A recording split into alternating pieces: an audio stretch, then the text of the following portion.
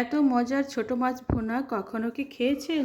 Recipe দেখলে আজই রান্না করতে মন চাইবে আর ঝটপট রান্না করে খেয়েও নেবেন। কত মজার যে হয়েছিল আজকের রান্নাটা। মাছের গায়ে লেগে থাকা এমনি চটকদার ঝোলগুলো কত যে মজার আর টেস্টিফুল, খুব মজা করে খেয়েছিলাম। ভাতের সাথে তরকারিগুলো মাখতে ভাতগুলো কেমন লালচে হয়ে যাচ্ছিল আর সাদা ভাতগুলো কালারফুল হচ্ছিল। আর মাছের টেস্টির কথা তো না বললেই নয়। জমির এমন টাটকা মাছগুলো না খুবই টেস্টিফুল হয় আর খেতে মুখে এত আরাম পাওয়া যায়, যে খায় সেই শুধু বলতে পারবে। এই সময়টাতে জমিতে অনেক টাটকা মাছ পাওয়া যায় আর এই মাছগুলো ঠিক এই কুচি করা কিছু সামান্য আলু দিয়ে এইভাবে রান্না করলে অনেক টেস্টি হয়। চলুন বন্ধুরা, আজকে আমি এই রেসিপিটা আপনাদের জন্য করে ফেলি। পরিষ্কার একটি কড়াই আমি নিয়েছিলাম, কতগুলো পেঁয়াজগুলো অনেক কুচি কুচি করে কেটে রেখে দিয়েছিলাম আগে থেকে। নিয়েছি জিরা বাটা অল্প করে, যেটুকু প্রয়োজন ঠিক সেটুকু, আর সামান্য কিছু কুচি করা আলুটাও আমি রেডি করে রেখে দিয়েছি। একটা কথা বলি, ঝটপট রান্না করার জন্য কিন্তু সব মশলা সবকিছু এইভাবে চটকে রান্না করলে খুবই টেস্টি হয় আর তেলে বাগার দেওয়ার ঝামেলাটা কোনো মতেই থাকে না। আজকের এই রেসিপিটা আমি করে নিয়েছিলাম ঝটপট করে হাতে মাখা করে। হাতে মাখার এই টেস্টের কথা না ভুলার নয়। বাচ্চার বাবা তো অনেকগুলো খেয়েছিল, এতটাই মজা লেগেছিল। ওটাও নিয়ে নিয়েছি। এখন নিয়ে নেব বাকিটুকু মশলাগুলো, যে মশলাগুলো আমি এখন আমার চটকে মাখার তরকারিতে দিব। এগুলো হচ্ছে হলুদের গুঁড়ো। এভাবে হাতে মাখিয়ে রান্না করলে পর্যাপ্ত পরিমাণে হলুদ আর শুকনো মরিচের গুঁড়ো আর জিরে বাটা দিতে হয়, আর বাদ বাকি মশলা তো আছেই। এটা হচ্ছে শুকনো মরিচের গুঁড়ো। যেটুকু নিয়েছিলাম এইটুকুতে আমি এখন এটা ভালো করে চটকে মেখে নেব। আর এটা মাখামাখিতে আমার হলুদ, পেঁয়াজ, মশলা একসাথে আর আলুটাও ভালো করে এইভাবে চটকে নেওয়ার কারণটা হচ্ছে ভালো করে মজে যায়। আর এটা হচ্ছে ভুনা করার কিংবা কষিয়ে নেওয়ার অতটাও খুব বেশি প্রয়োজন হয় না। চটকে নিলে মশলাগুলো একসাথে পেঁয়াজ আর কুচি করা আলুর সাথে মিশে যায়। সাথে তাড়াতাড়ি আমি আমার প্রিয় তেলটাও দিয়ে দেব। তেল না হলে কি আর রান্না? তেলটা আমি আমার প্রয়োজন মতো দিয়ে দিচ্ছি। আপনারাও আপনাদের প্রয়োজন মতো ঠিক মাখিয়ে নেবেন, ঠিক এমনটা করে, তাহলে টেস্ট আরও 4 গুণ বাড়বে। এইভাবে রান্নাটা করলে না অনেক টেস্টি হয়, মুখে লেগে থাকার মতো করে টেস্ট বের হয়। জমির ছোট মাছ বলে কথা, জমির ছোট মাছের টেস্টের কথা কি মুখে বলা যায়? শুধু চাটনি হিসেবে খেলেই টের পাওয়া যায়। নদীর ছোট বড় মাছ, তাদের টেস্টই অন্যরকম, আবার পুকুরের মাছের টেস্টই অন্যরকম, আবার খোলা খাল বিল হাওরের মাছের টেস্টই অন্যরকম। রেগুলার এই ধরনের ছোট মাছগুলো খেয়ে অভ্যস্ত তারা নিশ্চয়ই বুঝতে পারবে কোন মাছের কি টেস্ট। আপনার ঘ্রাণ আসলে অনেকে বলে দিতে পারে এটা কোনখানের মাছ, আর এটা কতটা টেস্টি হবে সেটা অনেকে মুখে অনায়াসে বলে দিতে পারে। এবার জমির ছোট মাছগুলো নিয়ে নিচ্ছি। এগুলো এতটাই টাটকা ছিল, বাচ্চার বাবা দুপুরে নিয়ে আসছিল, আমাকে বলেছিল এক্ষুনি রান্না করো। আমি বললাম কিছুক্ষণ পরে রান্না করি। যেহেতু বাচ্চার বাবা আজকে খেতে চাইছে, তাও আবার জমির টাটকা মাছগুলো নিয়ে আসছে, আমি কি আর না করতে পারি? চটজলদি মশলাগুলো জিরা আদা রসুন বেটে নিলাম আর এইভাবে মাখা শুরু করে দিলাম। এই খাবারগুলো না সত্যি অনেক তৃপ্তিদায়ক আর অনেকটা মুখরোচক। এইভাবে মাখিয়ে রান্না করলে যে কতটা টেস্টির হয় সেটা শুধু আমার পরিবারের ব্যক্তিরা যারা বরাবরের মতো খাওয়া দাওয়া করেন তারা নিশ্চয়ই আরও বেশি বলতে পারবেন আমার থেকেও। আমি তো মাঝে মধ্যে প্রায়ই পেয়ে থাকি, আমার যেহেতু খাল বিলের কাছে বসবাস, সেইভাবে যারা প্রতিদিনই এই ধরনের মাছের টেস্ট নিয়ে থাকেন তাদের কথাই আলাদা। আর পুকুরের মাছের টেস্টের কথা যদি বলি সেক্ষেত্রে কথাই আলাদা।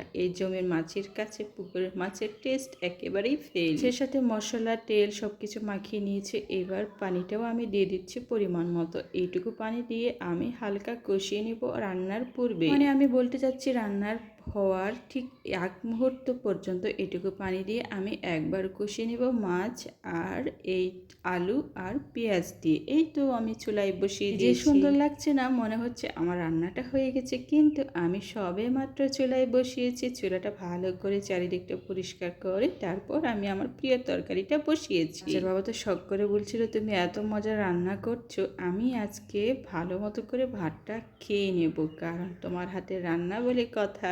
বলছিলাম একটু ধৈর্য তো ধরো, রান্নাটা হোক তারপর না খাও। আহা কত যে মজা হয়েছে তাতেই বুঝবে। রান্নাটা একটু কালারটা দেখে নিশ্চয়ই বুঝতে পারছেন সামান্য একটু ঝাল ঝাল হবে, তবে ছোট মাছগুলোতে না কিছুটা হলেও ডিম আছে। ছোট মাছের ডিমগুলো আমি মোটেই নষ্ট করিনি, মাছের ডিমগুলো গোটাটাই রেখে দিয়েছিলাম আমার টুকটুকিরা খাবে বলে। আর এই রান্নার অর্ধেকটা ঠিক এইভাবে অনেকটা সুন্দর কালারফুল।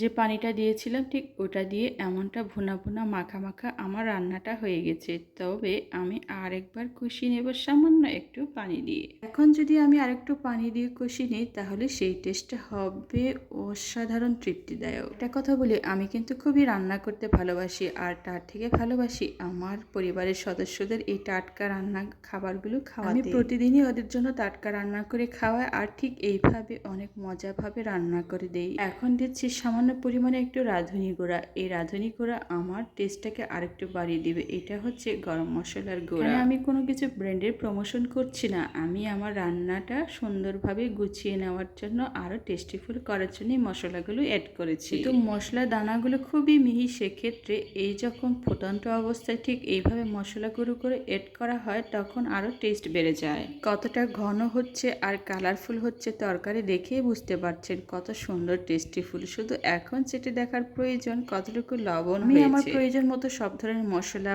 পানি, পেঁয়াজ, রসুন, আদা সব কিছুই টেস্ট করে দিয়েছি। এখন হচ্ছে শুধু লবণটা টেস্ট করে নেওয়াটাই খুবই জরুরি। তরকারি কালার দেখে আমার বাচ্চার বাবা বলছিল, তোমার রান্নার কালারটা আজকে অনেক সুন্দর হয়েছে, এতটা সুন্দর, তোমার মতো সুন্দর হয়েছে। আমি ওর প্রশংসা শুনে হাসছিলাম। এই বয়সে স্বামীর কাছ থেকে এই ছোট্ট প্রশংসা পাওয়াটা ভাগ্যের বিষয়। তবে আমি এতটাই পঞ্চমুখ নই ওর প্রশংসায়। ওই কথাটা শুনে ভালো লাগছিল যে আমার রান্না করা তরকারিটা এতটা মজা হয়েছে, আর ওই সাধারণত একটু চেটে দেখে তারপর কথাগুলো বলেছিল। সত্যি কথা বলতে কি বন্ধুরা, এই জমির টাটকা মাছগুলো আলু দিয়ে, সামান্য আলু দিয়ে যদি এইভাবে চটকে রান্না করা হয় না, তরকারির টেস্টের গুণটা অনেক বেশি হয়। এটা আমি কোনো মতেই বাড়িয়ে বলছি না। আপনার যদি ইচ্ছে হয় আপনি আজই ট্রাই করুন যে কোনো জমির টাটকা মাছ দিয়ে, তাও কি ছোট মাছ, অনেক টেস্টিফুল হবে আপনার রান্না করে তৈরি খাবার। পরিবারের সদস্যরা ঠিক এমনিভাবে আপনাকে প্রশংসা করে বলবে যে আপনার তরকারিটাও অনেক টেস্টিফুল হয়েছে। তার সাথে যদি সাদা গরম ভাত থাকে, উফ, আরও টেস্টিফুল হবে। অলরেডি আমার রান্নাটা অনেক সুন্দর মুখরোচক হয়ে গেছে, আর সামান্য একটু চুলার আগুন দিয়ে বুটবুট দিয়ে রান্নাগুলো অনেকটাই নিখুঁতভাবে মিহি হয়ে যায়। এই টেস্টিফুল খাবার খাওয়ার জন্য বাচ্চার বাবা আমাকে কতবার বলেছে, তুমি একটু চটজলদি রান্না করো না, তোমার হাতের খাবারটা আমার খুবই খেতে ইচ্ছে করছে। এখন আমার রান্নাটা অনেকটাই পরিপূর্ণ আকার ধারণ করেছে। এইভাবে অনেক টেস্ট হয়, আর মশলাগুলো যখন মাছের ভিতরে ঢুকে যায় না, আরও খেতে সুস্বাদু হয়।